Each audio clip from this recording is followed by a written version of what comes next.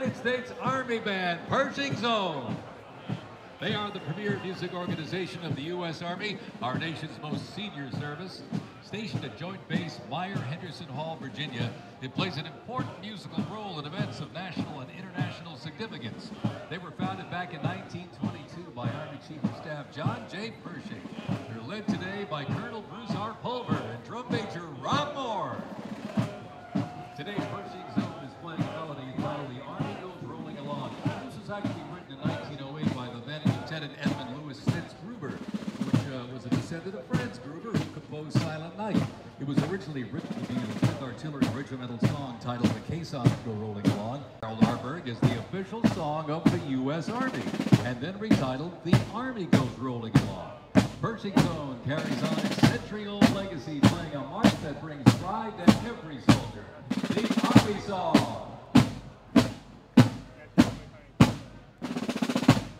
The 3rd Home Guard also maintains 24-hour vigil of the tomb of the unknown soldier, while also conducting funeral services honoring our fallen heroes at Arlington National Cemetery. The regiment's 50 campaign streamer stand is a testament to its long, faithful service to our nation. Ladies and gentlemen, the 3rd Infantry Regiment, the Old Guard. In 1775, the shot heard round the world at Lexington and Concord sparked a revolution, uniting 13 colonies and forging a continental army from farmers and frontiersmen. Against the odds, they turned the tide of Trenton and Saratoga to survive Valley Forge, and at Yorktown forced the British surrender, securing independence and giving birth to the United States of America.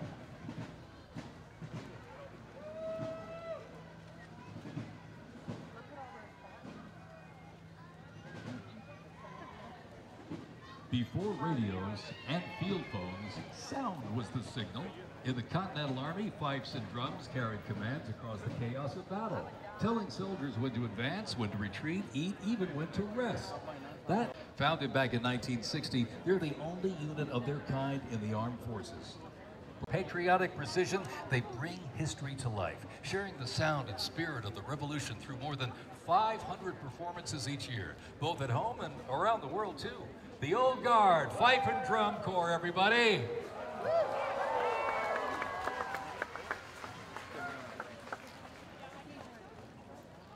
And now, from high above, ladies and gentlemen, celebrating 250 years, your United States Army parachute team, the Golden Knights. Descending at over 120 miles an hour, the Golden Knights are using flexible wing gliders to maintain their formation. They open their main canopy simultaneously and negotiate the softest possible landing. I'll tell you, they can't hear you, but they sure can see you. You can give them a great big wave.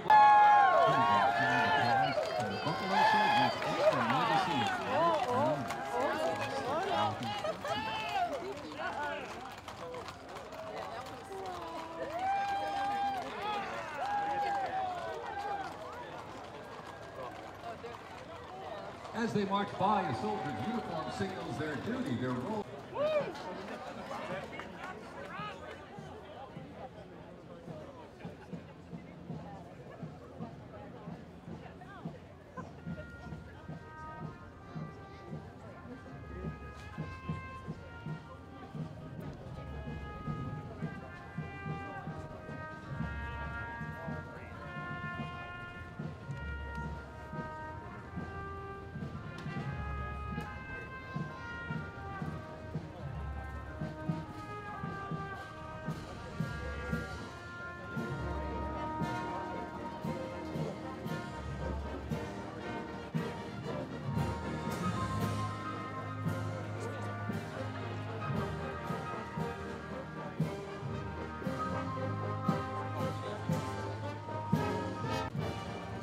In 1914, years of escalating competition between European alliances culminated in the outbreak of the First World War. The two sides engaged in a 3,251 miles and 62 grueling days across the Lincoln Highway. Remember, no pavement, no GPS, and no power steering. Just grit, determination, and the drive to push Army mobility in support during COVID-19, and recently, support for New York State corrections. Commanded by Chief Warrant Officer 2, Ethan Wagner, and led by Drum Major Sergeant First Class Drew Gans, the band is performing Over There, written in 1917 by Broadway composer and recipient of the Congressional Gold Medal, George M. Cohan. Representing the World War I era is the 82nd Airborne Division, based out of Fort Bragg, North Carolina. You'll notice the unit is wearing replica World War I uniforms signifying the soldiers who served our nation during this time. When the Americans entered the Great War, our soldiers, under the command of General Blackjack Pershing, hit the trenches in the new standard. It was the olive drab winter service uniform. Now on their heads you see a steel helmet with sand-textured paint built to reflect enemy shrapnel from above. Not bulletproof, but battle tough. Nicknamed the Pershing boot, on their feet was the M918 1980, the field pack, rations, ammo, first aid, and a gas mask. Everything a doughboy needed to fight and to win.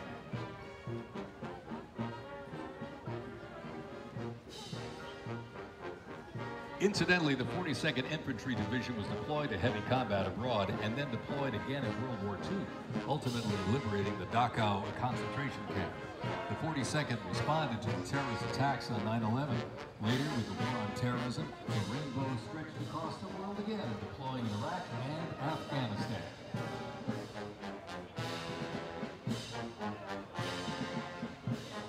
Thundering into view, the pride of Fort Sill, the U.S. Army Artillery Half Section. This is literally powered by horsepower and heritage. This elite ceremonial unit honors the legacy of the Army's horse-drawn artillery. With precision, discipline, and 6 majestic horses pulling a vintage 1918 caisson, the half section keeps tradition alive and rolling strong, representing the power, pride, and precision of America's field artillery. This is Fort Sill's finest, ladies and gentlemen.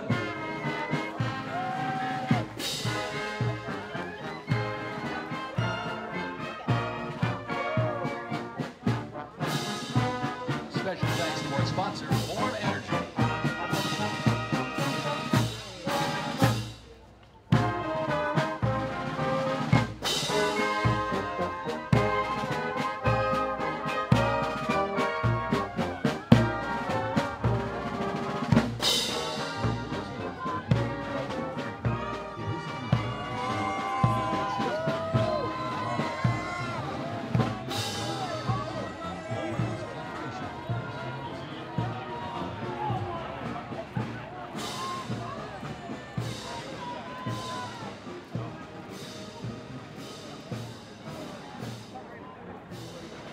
Bombers to fighters to transporters, flying overhead right now. They are fast, they are fierce, and famously used to the Doolittle raid over Tokyo.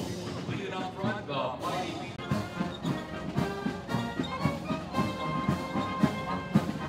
in a global fight like this, the U.S. Army Blue Artillery needed more than courage. They needed innovation. Uniforms evolved for every environment, but olive drab remained the mark of the American soldier. Shaped by lessons from the trenches of World War I, the Army introduced 2 battlefield essentials: the M1 helmet, tough, stable, and built to protect under fire, and the M1 Garand rifle, powerful and fast, to give American troops a very clear edge. General George S. Patton called the M1 rifle the greatest battle implement ever designed, and history did right.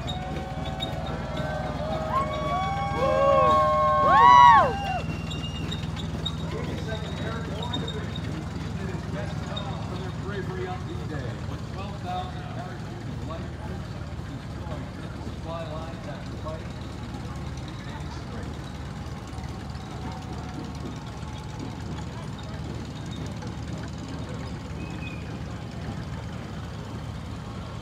The 101st Airborne Division, based out of Fort Campbell, Kentucky, traces its lineage back to 1918, when it first established as the 101st Division. Known for their ability to rapidly deploy across the world.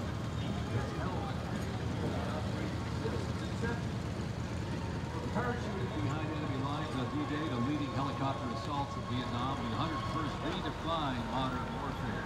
In the 50s, they took part in Operation Desert Storm and participated extensively in the war on terrorism in Iraq and Afghanistan. The Screaming Eagles continue to lead the way as tomorrow's division in today's Army.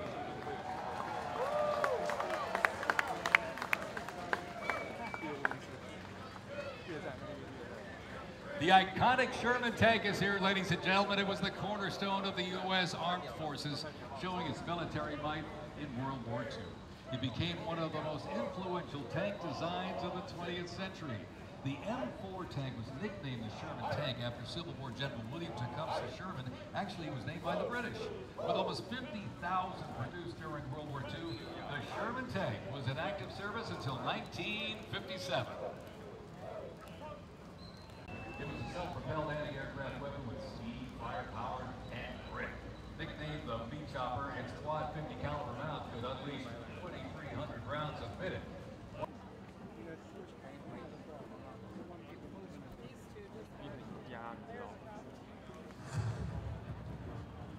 The Korean War, often referred to as the Forgotten, until the armistice was signed 2 years later in 1953.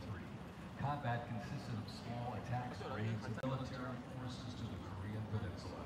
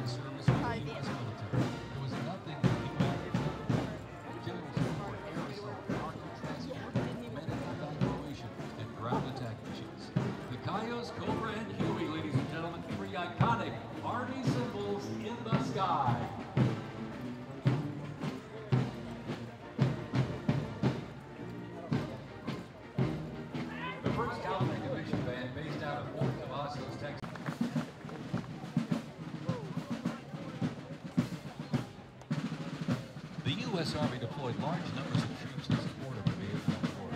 The first contingent of U.S. Army advisors arrived in Vietnam in the mid-1950s, and that quickly grew to a small team of around 100. Then expanded to more than 600 over the next decade. As the war intensified, troops and numbers quickly grew.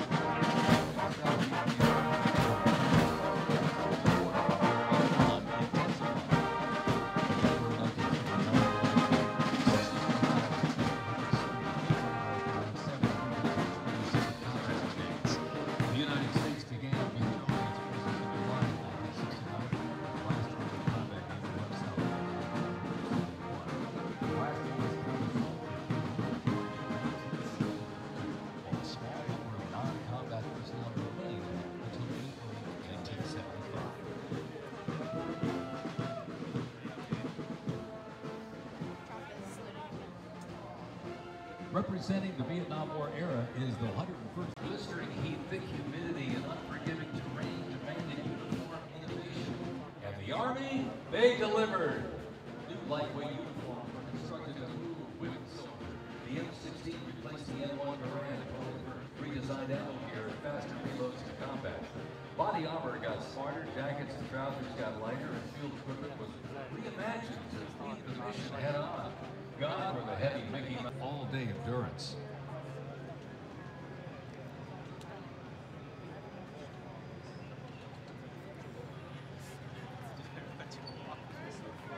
Special thanks to our sponsor, Oracle.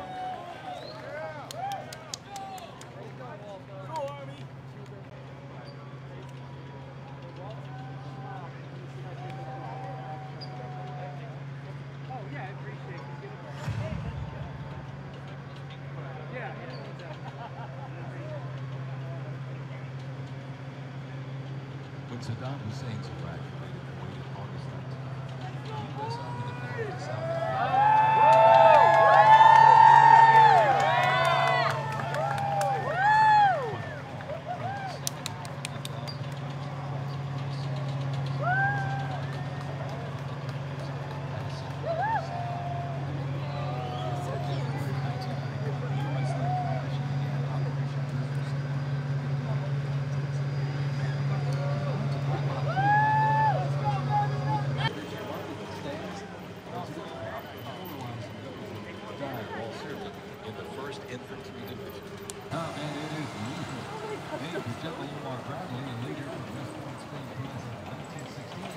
Bradley was built to carry.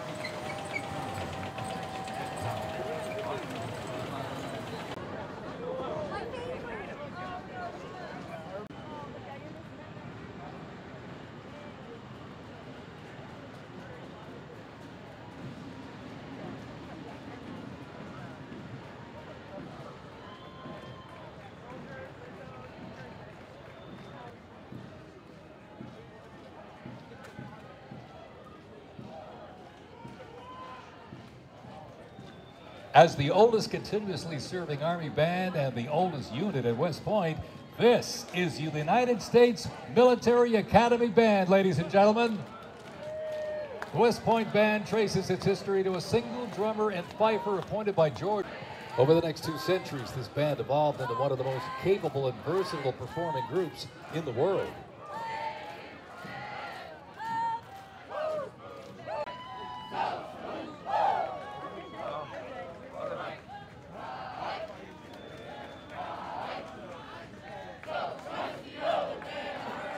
One of the most prestigious institutions in the world where leadership is forged and duty becomes destiny. This is West Point, where Army leaders are made. With the motto of duty, honor, and country, West Point trains the best and brightest to serve their country as Army officers. Founded back in 1802 by President Thomas Jefferson, West Point is the home of the Long Gray Line, a legacy of courage and excellence. Established as the first expeditionary division in 1917 and spearheaded the American expedition.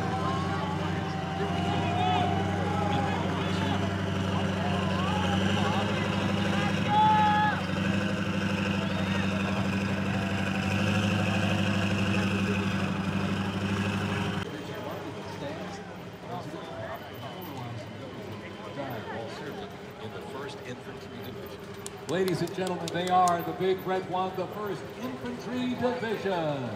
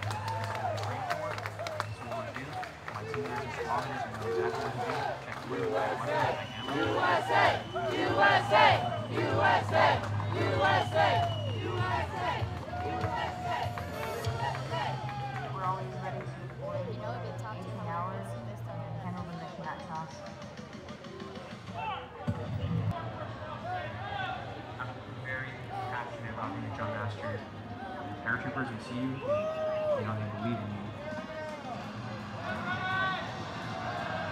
I love to instill that confidence with my passion.